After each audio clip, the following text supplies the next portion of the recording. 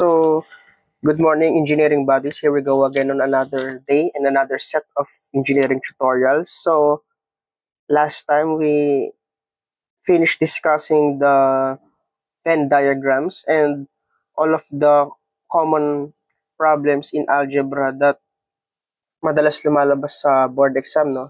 Kung may nakalimutan naman tayo sa algebra, babalikan na lang natin before tayo magtungo sa hydraulics pag natapos na natin yung ibang engineer part ng MSTE o MSTC na ngayon, Mathematics, Surveying, Transportation Engineering, and Construction Engineering. So ngayon, bagong topic tayo guys, trigonometry. So actually, itong trigonometry may two parts to, no? May plane and spherical trigonometry. Kaso si spherical trigonometry, as far as I recall, hindi siya masyado lumalabas sa board, but try natin na itakil pa rin dito sa tutorials natin. So, let's start.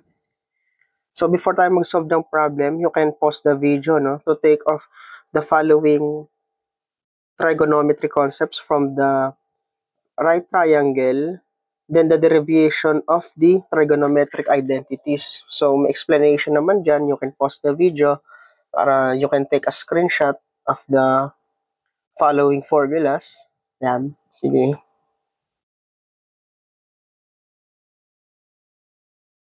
Bukod pala sa two parts ang trigonometry, plane and spherical trigonometry, tapos pag dumating naman tayo sa kasi kaya nga siya trigonometry, which means parang mostly study of triangles.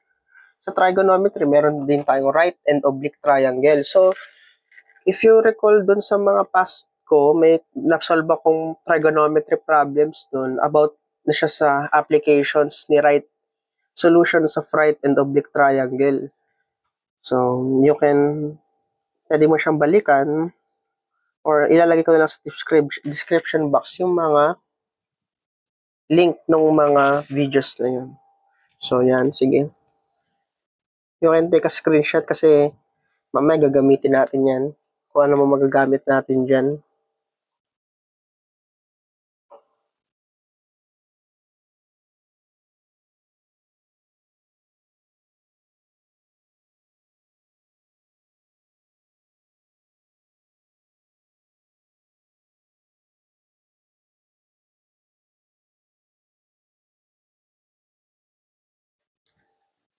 Okay.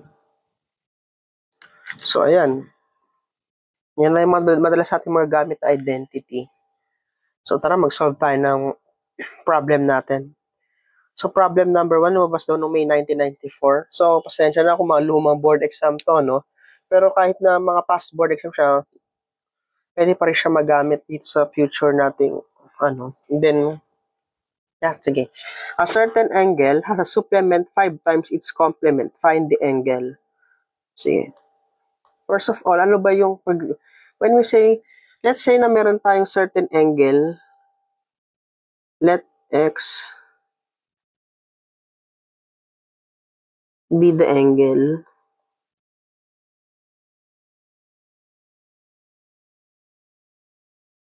Pag sinabi natin complement, ang complement ng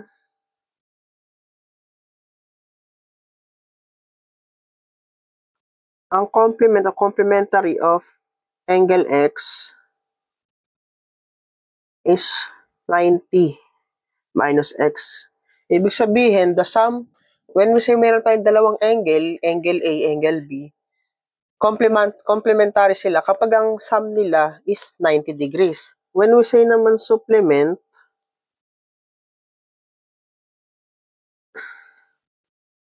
of angle x, ito pala guys, yung parang, ano na to, less than, ano yan, angle yan. So, 180 minus x. So, ibig sabihin yan, the sum of two angles, kapag supplementary is 180. So, ayan siya. A certain angle has a supplement 5 times its complement. Find the angle. So, itong supplement daw ni angle, which is 180 minus x, is 5 times yung complement niya. Hindi 5. 90 minus x. So, ganyan na siya. Simplifying, pag sinimplify natin further, 180 minus x is equal to 450 minus 5x. I think 450 minus 5x yan.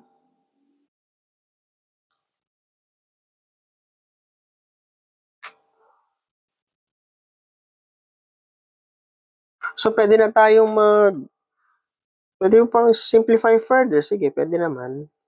So, magiging 5x minus x is equal to 450 minus 180.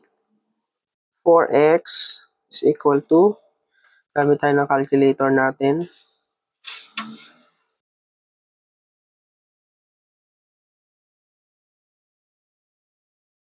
450 minus 270. So, x is equal to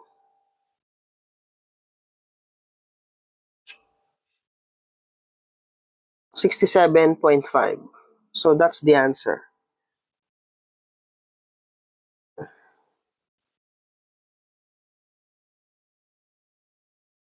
So, I believe letter A siya. Yan. So, lagi nyo lang tandaan, kapag complement, sum of two angles, 90 dapat. Pag supplementary, sum of two angles, 180 degrees. So, ganyan sinasolve yung mga ganyan. Okay, next. If cover sine theta is 0.134, we'll find the value of theta. Sige, balikan nga natin itong pinaka-gerund concept natin. So, from the right triangle shown, hindi na pala pinakita dito yung sine theta. Alam niyo naman na siguro yung SOHCAHTOA, no? Which means SOH is sine is equal to opposite over hypotenuse. Cosine is equal to adjacent over hypotenuse. Then tangent is equal to opposite over adjacent. Tapos ito yung madederive pa natin dito sa right triangle. But, ang sabi dito sa problem na binigay ko, cover sine. So, nasaan siya dyan? So, bagong term, no? Sige, tandaan nyo na to, guys. Pag lumabas sa board exam, 1 point na to. Tandaan nyo na ang cover sine, ang ibig sabihin yan, is first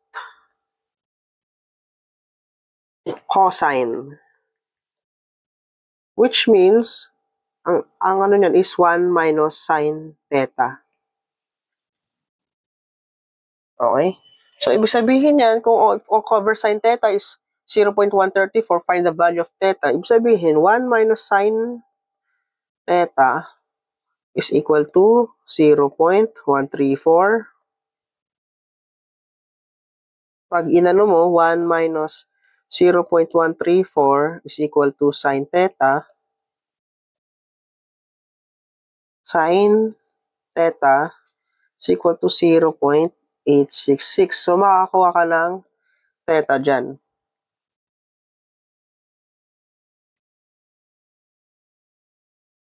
Arc sine ng 0.866 is 59.997, o we can round off it to 60 degrees.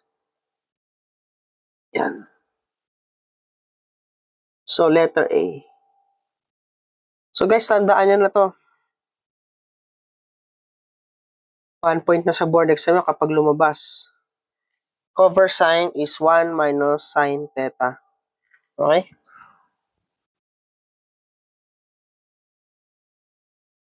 So, yan. So, marami pa tayong problems, no, involving trigonometry. So, kindly take note of the following pa rin. No? Yeah. For more engineering videos, please like and subscribe to my YouTube channel and hit the bell button para updated tayo sa mga future pa nating problems. So, stay tuned, no? Marami pa tayong isa-solve na problems involving trigonometry, using these identities, using these concepts, no? So, yeah, padayon, engineers.